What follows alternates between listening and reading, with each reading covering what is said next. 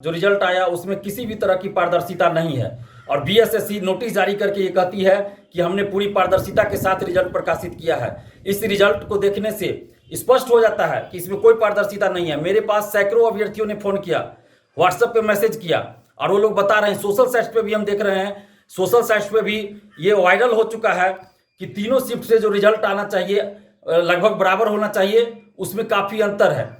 23 दिसंबर प्रथम पाली की जो परीक्षा हुई थी, जो पेपर लीक के कारण रद्द कर दिया गया था, और उसकी जो पुनर्परीक्षा 5 मार्च को हुई, तो उस शिफ्ट से रिजल्ट काफ़ी कम दिया गया है।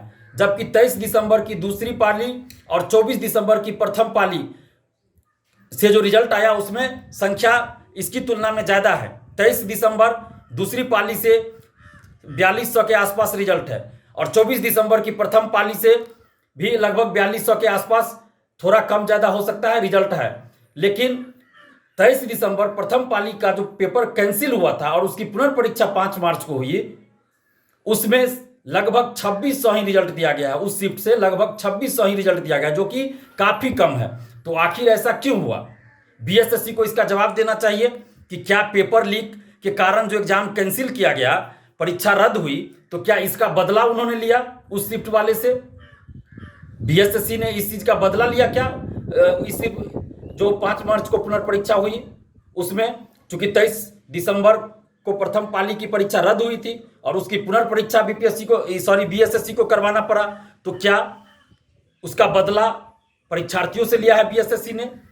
आखिर क्या है मामला? बीएसएससी को ये बताना चाहिए। हम तो नहीं जानते हैं, ये तो बीएसएससी को पता है कि किस परिस्थिति में, किन परिस्थितियों में इस तरह का रिजल्ट दिया गया है। तो बीएसएससी ये स्पष्ट करे कि क्या मामला। आखिर 23 दिसंबर प्रथम पाली की जो पुनर्परीक्षा 5 मार्च को हुई, तो उसका रिजल्ट जो है उतना कम क्यों है? 2600 के लगभग ही क्यों है? या अगर ये आंकड़ा गलत है तो बीएसएससी स्पष्ट करे कि तीनों पालियों से कितना कितना रिजल्ट दिया गया है, क्योंकि हम लोग को तो एग्जैक्ट पता नहीं है कि किस पाली से कितना रिजल्ट आपने दिया है। तो आप ही स्पष्ट कीजिए। हम लोग तो एक आंकड़ा देख रहे हैं, सोशल साइट पे भी चल रहा है और रोल नंबर के अनुसार, जो रोल नंबर का जो सीरियल होता है उसके अनुसार अंदाजा गिन के लगाया जा रहा है अभ्यर्थियों के द्वारा। तो मेरे पास बहुत सारे अभ्यर्थियों ने बताया। तो बीएसएससी बताए कि आखिर किन परिस्थितियों में 23 दिसंबर की प्रथम पाली की जो परीक्षा रद्द हुई थी, उसकी पुनर्परीक्षा हुई 5 मार्च को, तो उसका रिजल्ट कम क्यों है? लगभग आधा है, अन्य पालियों की तुलना में लगभग आधा ही रिजल्ट क्यों है?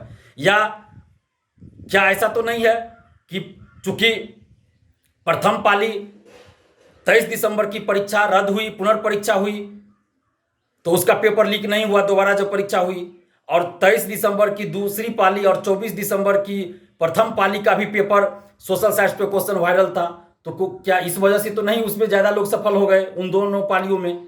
आखिर क्या है सच्चाई? ये तो हम नहीं जानते हैं, ये तो बीएसएससी को पता होगा। बीएसएससी को बताना चाहिए कि आखिर उन्होंने रिजल्ट किस आधार पे दिया है। परसेंटाइल भी उन्होंने किया, नॉर्मलाइजेशन किया, क्या किया, नहीं किया, तो किस आधार पे किया, कैसे किया?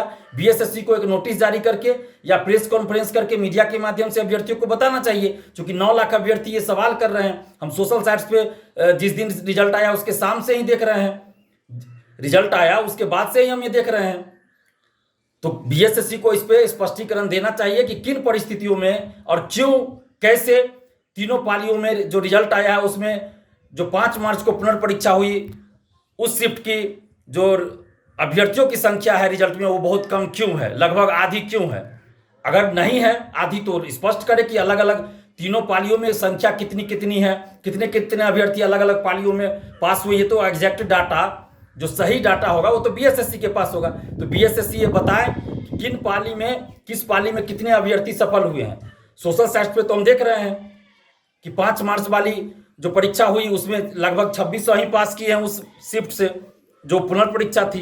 तो बीएसएससी ये स्पष्ट करे कि आखिर ऐसा क्यों हुआ, क्या सच्चाई है? हम नहीं जानते इसमें क्या सच्चाई है, नहीं है। बीएसएससी स्पष्ट करे, बीएसएससी को पता होगा ना, बीएसएससी ने रिजल्ट जारी किया, तो बीएसएससी बताए कि क्या सच्चाई है जो सोशल साइट्स पे चल रहा है, जो अभ्यर्थियों द्वारा सवाल किया जा रहा है कि 5 मार्च की पुनर्परीक्षा जो हुई उसमें 2600 ही रिजल्ट है। तो क्या ये सही है कि 2600 ही रिजल्ट है? और अगर ये सही है तो क्यों सही है?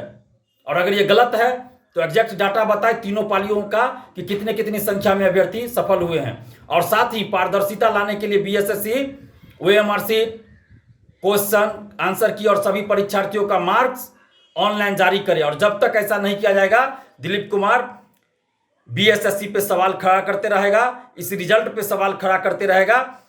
हम किसी से न डरने वाले हैं, न झुकने वाले हैं, न बिकने वाले हैं। बीएसएससी ये बताएं कि किन परिस्थितियों में 5 मार्च की जो परीक्षा हुई उसका जो रिजल्ट आया है तो उसमें संख्या कम है या नहीं है। अगर संख्या कम है तो क्यों कम है, और पारदर्शिता लाए, ओएमआर शीट, क्वेश्चन सभी का